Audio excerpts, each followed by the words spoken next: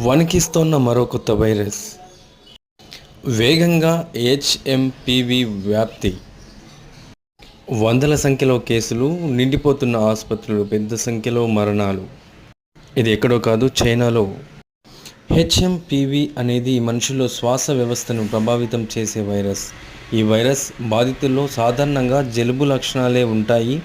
జలుబు, దగ్గు, జ్వరం, ముక్కు నుంచి స్రవాలు కారడం, గొంతు నొప్పి, శ్వాస ఆడకపోవడం వంటి లక్షణాలు కనిపిస్తూ ఉంటాయి.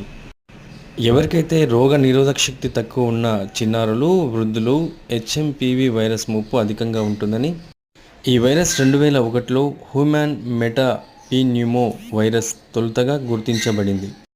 అమెరికాకు చెందిన సిడిసి వెల్లడించింది. ఈ వైరస్ యొక్క తీవ్రత హెచ్ఎంపివి బారిన పడితే 3 నుంచి 6 రోజుల పాటు లక్షణాలు కనిపిస్తాయి. దీనికి ప్రస్తుతం సిమ్టమేటిక్ ట్రీట్మెంటే కొనసాగుతుంది. ప్రత్యేకమైన చికిత్స అందుబాటులో లేదు.